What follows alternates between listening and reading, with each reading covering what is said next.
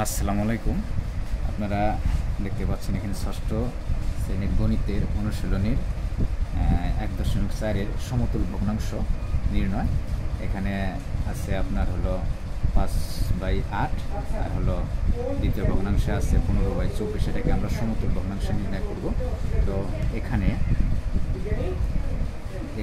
প্রথম ভগ্নাংশের লব গুণন দ্বিতীয় ভগ্নাংশের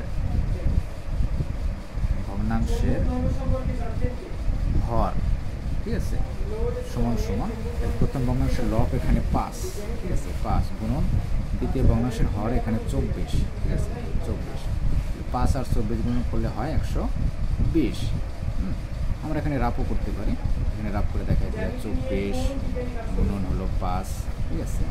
তাহলে 5 4 5 20-এর শূন্য হাতে 2, ঠিক আছে, সরি 4 5 4 5 20-এর শূন্য হাতে 2 আর 5 2 10 আর 2 12 120, ঠিক আছে। ঠিক তেমনিভাবে আবার আমরা নির্ণয় করব হলো যে প্রথম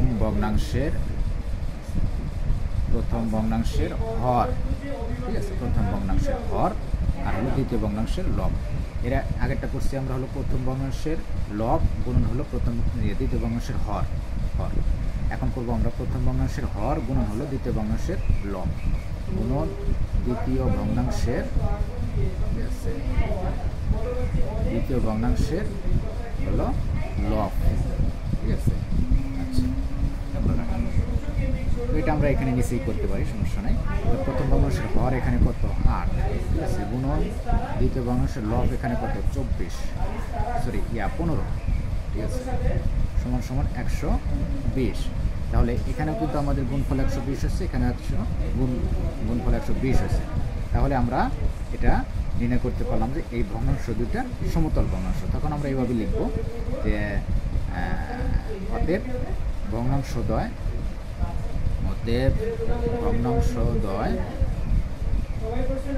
সমতুল ভগ্নাংশ। এটাই আমরা রাখতে পারি, এটাই উত্তর আমাদের।